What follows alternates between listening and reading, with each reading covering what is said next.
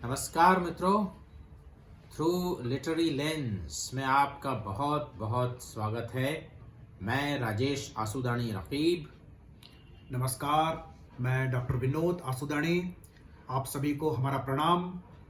और आज विनोद जी हम आए हैं एक कहानी के साथ जी और वो कहानी है चित्रा मुद्गल जी की जी लिखी हुई। बहुत बहुत ही प्रसिद्ध लेखिका हैं, कहानीकारा है चित्रा मुद्गल, जो एक सोशल एक्टिविस्ट भी रही हैं वो, और वो समाज को, दुनिया को, जीवन को बहुत करीब से जानती हैं। और वो जानती हैं कि समाज के अंतर्गत किस प्रकार से दुख ने घेरा कर रखा है, चारों तरफ दुख ही दुख है, और उसको वो अपनी लेखनी से कैप्चर करके एक रचनात्मक तरीके से हमारे सामने लाती हैं। और राजेश जी, चित्रा जी पर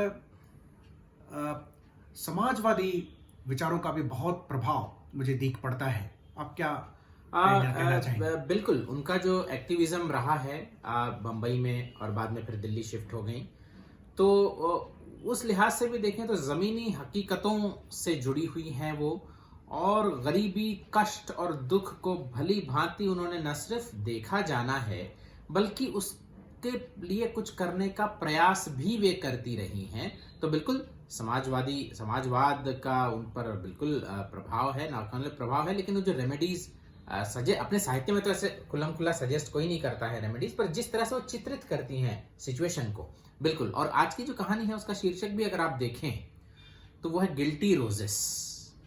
अब अपने आप में ये बड़ा उत्तेजनादायक, इंट्रिगिंग टाइटल जिसको हम कहेंगे, रोजेस, वो भी गिल्टी, क्यों? तो क्या इस कहानी में भी हम देखें तो उन्हें बहुत बड़ी एक बात हमारे सामने लाकर रख दी है और हमें सोचने पर मजबूर करती है कि हमारा जो सिस्टम है, खास करके लीगल सिस्टम, क्या वो वाकई न्याय कर रहा है? बिल्कुल। और ये कहानी का जो पृष्ठभूमि है वो नागपुर का सेंट्रल जेल है, और लेखिका वहाँ पहुँचती हैं और उनके जो परिचित हैं मिस्टर चौधरी, जो कि जेलर हैं उस समय वहाँ पर, दो ऐसे महिलाओं से उनकी मुलाकात करवाते हैं जो कि जेल में हैं, उम्र कैद की सजा काट रही हैं। और लेखिका उनकी कहानी समझने का प्रयास करती हैं, और कहानी का विषय वस्तु यहीं से आता है। एक दुखना नाम की महिला है और दूसरी है गुनाबाई। तो दुखना क्यों जेल में पहुंची, आखिरकार उसने ऐसा क्या किया जो उसको उम्र कैद की सजा काटनी पड़ रही है, तो इसका जो है ना पता करती हैं। वो दुखना से बात करती हैं लेखिका, और उसे पता चलता है कि वो एक बिहार से उसका संबंध है और वो अपने पति की दूसरी पत्नी थी।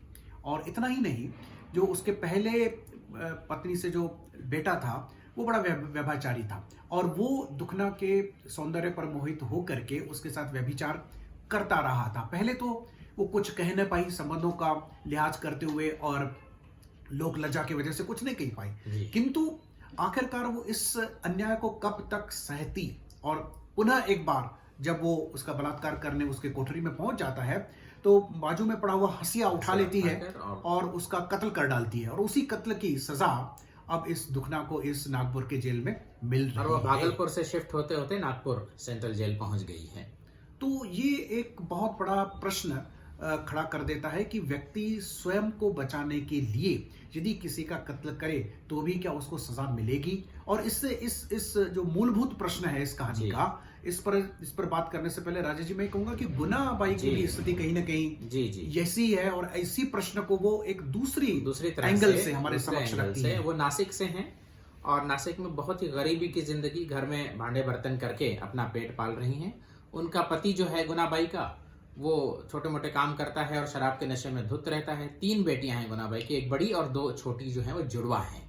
तो अब धीरे धीरे गरीबी में एक उसके पति को कोई सलाह देता है कि अपनी बड़ी बेटी को कॉल गर्ल बना दो, आपकी गरीबी दूर हो जाएगी। इसको गुनाबाई बिल्कुल प्रतिरोध करती हैं इस बात का कि इस तरह का कुछ नहीं हो सकता, आपसे कमाते नहीं बनता, मैं कमा रही हूँ, जिस तरह से जी रहे हैं हम अपनी बेटियों को एक अच्छा भविष्य देने का प्रयास करेंगे।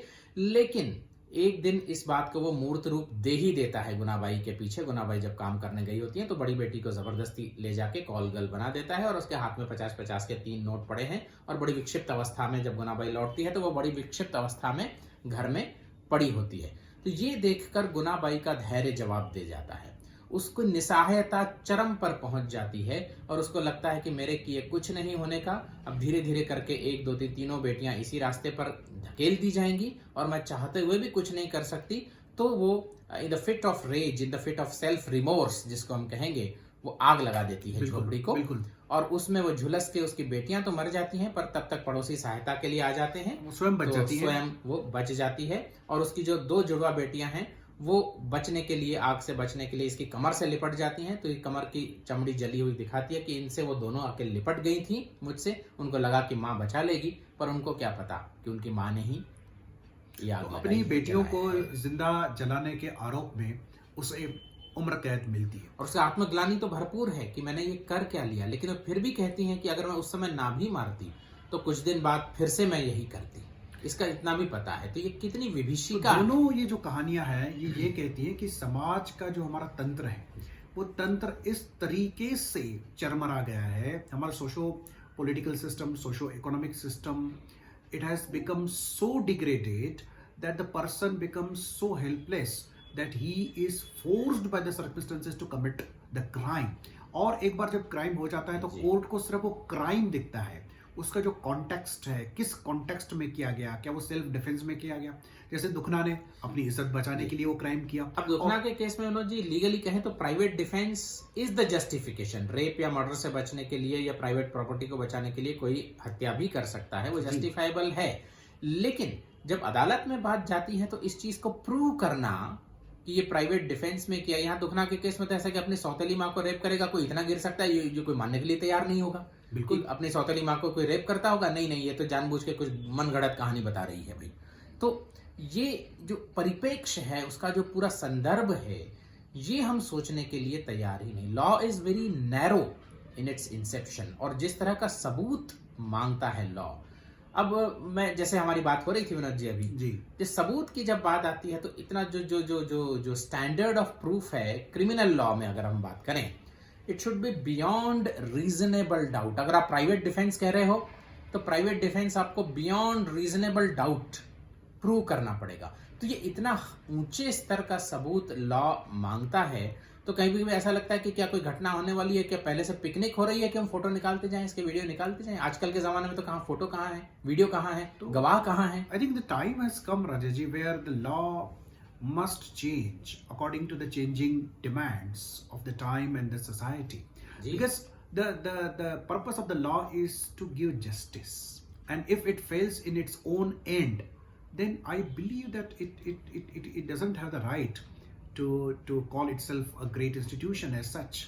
And the purpose of law is to give complete justice. This article 142 of our constitution says that Supreme Court of India has the powers to do complete justice in a particular case। जो थोड़े दिन पहले विनोद जी एक case में supreme court ने इस्तेमाल भी किया, जब एक दलित लड़के को IIT के एडमिशन नहीं मिली तो समय पर पैसे नहीं भर पाया था वो, तो सुप्रीम कोर्ट ने इसी आर्टिकल के अंतर्गत कंप्लीट जस्टिस करते हुए IIT को आदेश दिया कि उसके लिए एक सीट सुरक्षित रखी जाए और उसको अभी पैसे भरने की। तो बड़े अजीब सिस्टम है, ऑनलाइन पेमेंट अगर नहीं हो गया तो मशीन का फॉल्ट है, आपके नेटवर्क का फॉल्ट है, तो उसके कारण उसकी एडमिशन अगर कैंसिल हो जाए तो बिल्कुल ही एक हास्यास्पद बात है ना। बिल्कुल। और उसने दूसरे दिन उधार लेके पैसे फिर कोशिश की पर नहीं हो पाया, तो सुप्रीम कोर्ट ने बड़ी अच्छी बात कही, everybody does not have multiple credit cards और इंटरनेट कनेक्शंस। तो मैं ये कहता हूं कि हर केस में इस तरह का अप्रोच जुडिशरी दुखना का जो सौतेला बेटा है क्या उसको सजा नहीं आनी चाहिए? क्या दुखना के पति को सजा अगर एक महिला कहती है कि किसी ने मुझे यानी सौतेली माँ को बार बार रेप किया है तो क्या उसको विश्वास नहीं किया जाना चाहिए? और गुनाबाई की बात कर रहे हैं, क्या गुनाबाई के पति को सजा नहीं आनी चाहिए? उसके पति के जो फ्रेंड्स हैं जो उसको उकसाते हैं अपनी बेटी को कालगर बनाने के लिए, क्या इन सारे लोगों को सजा नहीं आनी चाहिए? और मैं तो ये कहूंगा कि ये जो एक्सप्लॉयटेशन है, या एक्सप्लॉयटेशन ऐसा नहीं है कि अमीर गरीब का कर रहा है, ऐसा नहीं है। ये जो एक्सप्लॉयटेशन समाज में है, इट इज स्ट्रक्चरलाइज्ड एक्सप्लॉयटेशन है। पूरा सामाजिक ढांचा जो है एक तो कमजोर वर्गों के खिलाफ है, स्त्रियों के खिलाफ है, दलितों के खिलाफ है, विकलांगों के खिलाफ है, गरीबों के खिलाफ है। गुनाबाई का केस देखें तो वो मेरे ख्याल से दुखना से भी ज्यादा दुखी कर देने वाला केस गुनाबाई का है। वो इसलिए कि गुनाबाई जानती है कि मेरे किए अब कुछ नहीं होगा। मेरा पति अपनी बेटियों को, मेरी बेटियों को कॉलगर्ल बनाने पर तुला है गरीबी से बचने के लिए, तो वो करके ही रहेगा। एक को तो बना ही डाला, तो बाकी दोनों का भी क्या भविष्य। तो इसलिए वो उसी समय खत्म करना चाहती है उनको, और खत्म कर देती है। तो जिस समाज में जवान लड़कियों का भविष्य कुछ नहीं है, सिर्फ इसके कि वो प्रोस्टिट्यूट बन जाएं, तो ऐसे समाज को हम कब सुधारेंगे? What kind of reforms we are talking about? अगर अदालत गुनाबाई को उम्र कैद की सजा दे देती है तो इससे क्या निकलेगा? इससे कुछ भी नहीं इसके के समाज सुधर जाएगा? इससे तो मेरे ख्याल से समाज को और है, उसके पति को और बड़ी हिम्मत हो जाएगी, उसकी हिम्मत और बढ़ जाएगी कि हाँ, मैं तो ठीक कर रहा था, बिल्कुल। उसने अपनी बेटियों को मारा है तो देखो वो उम्र कैद में पड़ी है। तो ये तो हम ये कहानी पूरे हमारे तंत्र पर, हमारे जो कानूनी तंत्र पर, सामाजिक तंत्र पर, आर्थिक तंत्र पर एक बहुत बड़ा प्रश्न चिन्ह लगा देती है कि हम जब रिफॉर्म्स की बात करते हैं, हम सिर्फ मटेरियल रिफॉर्म्स की बात है। रोल रेड बन जाएगा, एरोड्रम्स बन जाएंगे, बड़ी बड़ी इमारतें बन जाएंगी, बुलेट ट्रेन्स भी आ जाएंगे, सब कुछ हो जाएगा। लेकिन what about the tendency, what about the mindset of the people, what about the socio economic systems of which we are essential part? हम उससे अपने आप को मुक्त नहीं कर सकते जब तक हमारे रोजी रोटी ठीक से नहीं होगी, जब तक शिक्षा नहीं होगी, जब तक स्त्रियों को स्वतंत्रता नहीं होगी, जब तक दलितों और विकलांगों को आवाज नहीं होगी अपनी समाज के अंतर्गत, तब तक हम ये सोशल रिफॉर्म जो है वो खोखले ही नजर आएंगे। तो ये कहानी नहीं है, ये संपूर्ण मेरे ख्याल से it is a social criticism, commentary है एक बहुत बड़ी। और हाँ, इसको अगर कहानी चित्रा जी ने जैसे बनाई है तो उसको एक कलात्मक पहलू भी दिया है उसने कि जो चौधरी साहब हैं उसको हाँ, वो कहते हैं। और चौधरी साहब का रोल बड़ा अच्छा है विनोद जी। मैं तो कहूँगा जेलर हैं, पर वो पॉजिटिव है। वो चाहते हैं कि इनको उम्र कैद है, फिर भी कुछ ना कुछ ऐसा किया जाए जिससे वो इस कुचक्र से बाहर निकल सके। जैसे दुखना के मामले में वो उसे नौकरी दिला देते हैं, पानी पिलाने की नौकरी एक स्कूल में, जब वो छूटती है, क्योंकि उसको जब वो जेल से छूटेगी तो फिर से उसका जो पति है वो घूम रहा है तलाश में कि आए और मैं इसको मार डालूं। वो उसके पिता के बताते हैं दुखना को। तो ये चौधरी साहब करते हैं कि नागपुर के ही स्कूल में, उसको बिहार नहीं भेजते वापस, और नागपुर के ही स्कूल में पानी पिलाने की नौकरी दिला देते हैं ताकि वो कम से कम एक रेस्पेक्टेबल जीवन व्यतीत कर सके। इसके केस में जो गुनाबाई है, ये बड़ा विचित्र केस है। वो आत्मग्लानि से भी भरी हुई है और वो ये भी जानती है कि उसके किए कुछ नहीं हो पाएगा। तो चौधरी साहब उसको प्रेरित करते हैं कम से कम कि वो गुलाब के फूल लगाए। वो जो गुलाब लगते हैं कहीं ना कहीं किसी तरह का ऑब्जेक्टिव कोरिलेटिव, हालांकि बहुत इम्परफेक्ट है, वो ऑब्जेक्टिव कोरिलेटिव है नहीं। वो गुलाब के फूल जब बच्चियों का जन्मदिन होता है तो लोग लेने आते हैं, तो कहीं ना कहीं उसको लगता है कि मेरे खुद की बच्चियां नहीं, किसी दूसरों की बच्चियां के जन्मदिन मना रही हैं, उनके जीवन में तो कम से कम कुछ आनंद ये गुलाब दे सकते हैं। अपनी बच्चियों को वो अच्छा भविष्य नहीं दे सकी, पर गुलाब के पौधे और गुलाब के फूल कम से कम वो पल्लवित करके, पुष्पित करके कम से कम इतना तो कर ही पा रही है। पर फिर भी विनोद जी कुछ बातें ऐसी होती हैं जिनका ऑब्जेक्टिव कोरिलेटिव आप ढूंढ ही नहीं सकते। ऑब्जेक्टिव कोरिलेटिव नहीं होता, ये इतना बड़ा शौक था कि एक माँ अपने बच्चियों को स्वयं अपने हाथों से आग में झोंक दे और उसके बाद हम कुछ भी करें तो I think she cannot live psychologically healthy life. वो इम्पॉसिबल हो जाए उस वुमन के लिए, हो जाएगा और कुछ दिन बाद उनकी मृत्यु भी हो जाती है। कहानी में बताया गया। चौधरी साहब अपनी तरफ से एक अच्छा अप्रोच, होलिस्टिक अप्रोच जितना उनसे हो पाया तो सिंबॉलिकली मुझे लगता है कि मुदगल जी ये भी कहना चाहती है कि जिस प्रकार से चौधरी साहब सिचुएशन को समझते हैं, उनको पता है उनकी कहानी, फिर भी वो कोशिश करते हैं। तो ये हमारा सारा तंत्र, अलग अलग जो तंत्र के बिंदुओं पर लोग बैठे हुए हैं, यदि वो भी समझने का प्रयास करें, उस कॉन्टेक्स्ट को समझने का प्रयास करें और इस कुछ चक्र को तोड़ने का प्रयास करें, तो ऐसी कोई बात नहीं है कि हम नहीं कर पाएंगे, हम जरूर कर पाएंगे। समाज में मूलभूत परिवर्तन हुए हैं। इतिहास इस बात का गवाह है कि when we recall the social and cultural renaissance of India, see we could eliminate sati pratha, we could remove the ban on the widow remarriage, and we could do away with the untouchability. तो अभी जो हम crime, अपराध का जो treatment इस समय हम कर रहे हैं जेलों में ठूस के लोगों को, वो भी बियॉन्ड रीजनेबल डाउट प्रूफ रहे, ये कहीं ना कहीं बहुत बड़ा सुधार चाहिए। और सुधार क्या हो सकता है विनोद जी, आप कुछ अगर प्रकाश डालें। मेरे ख्याल से दो बिंदु बड़े महत्वपूर्ण हैं। एक तो होलिस्टिक अप्रोच, सिर्फ ये न्यायालयों, सो कॉल्ड कोर्ट्स की जवाबदारी नहीं है, पूरी तरह से कॉम्प्रिहेंसिव अप्रोच हो। जेल में डालना कोई इसका सोल्यूशन और मुझे लगता है कि एक कोर्ट पर आपने बात कही है, तो कोर्ट का जो पूरा सिस्टम ऑफ जस्टिस है, इट इज करेक्टिंग, एक बार क्राइम हो जाता है, हाँ। उसके बाद उसको करेक्ट करने की कोशिश करते हैं या पनिशमेंट देने की कोशिश करते हैं।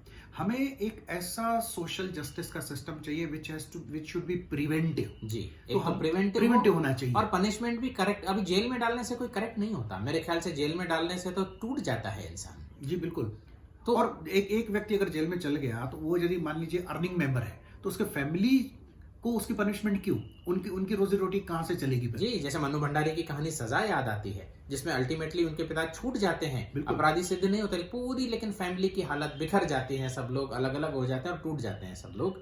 तो अगर कोई व्यक्ति जेल में भी है, उसने क्राइम किया है, तो उसकी फैमिली को कम से कम आजीविका सब्सिस्टेंस अलाउंस स्टेट द्वारा दिया जाना चाहिए, एक ये सुझाव हो सकता क्योंकि हम वेलफेयर स्टेट की बात करते हैं ना जी। भाई। क्राइम यदि एक व्यक्ति ने कमिट किया तो 4 व्यक्ति उस पर जो डिपेंडेंट है, व्हाई उनका दे क्या? शुड सफर। बिल्कुल। ये बहुत सीधी सी बात है, लेकिन ये सीधी सी बातें ही हमको समझ में नहीं समझ आती। में नहीं हमें आती। तो बड़ी घूमने फिरने वाली घुमावदार बातें समझ में आ जाती हैं। हाँ, वो सीधी लीगल बातें लैंग्वेज हमको जैसा समझ में है, नहीं लॉ आती। की भाषा में घुमा फिरा के एक ही 2 लाइन की बात को अगर 10 पेज में कहा जाए तो हमें लगता है कि बहुत बड़ी बात होगी। तो एक तो लॉ को सिंप्लीफाई किया जाए, जी। दूसरा लॉ को स्पीड अप किया जाए, स्पीड अप किया और जाए, तीसरा होलिस्टिक पर्सपेक्टिव Holistic लिया जाए। perspective। और लॉ में जो है ना एक सोशल पार्टिसिपेशन, जो जूरी का सिस्टम मैंने जी, पहले भी जी, कहता रहा जी, हूं कि बिल्कुल। जूरी का पार्टिसिपेशन होना चाहिए, बिकॉज जज इज नॉट द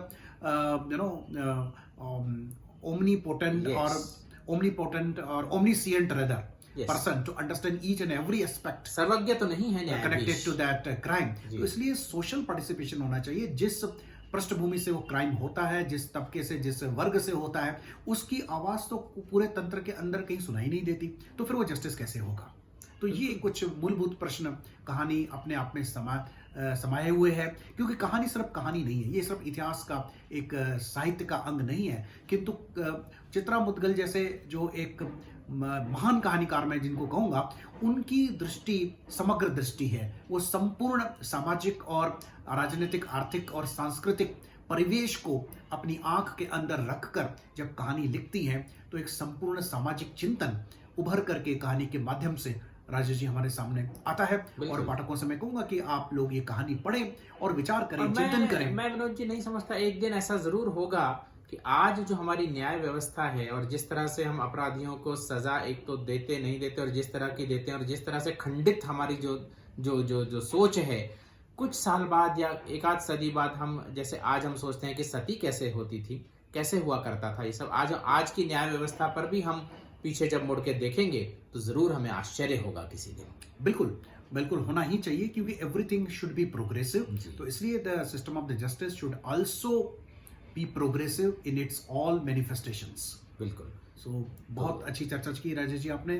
मुझे लगता है हमारे श्रोता जरूर सोचने पर बाध्य होंगे, ये कहानी पढ़ेंगे खुद और जरूर कुछ सोचेंगे, तो आगे भी हम आते रहेंगे। बिल्कुल आपसे मिलते रहेंगे किसी नई रचना के साथ। तब तक आज्ञा चाहेंगे। नमस्कार। नमस्कार।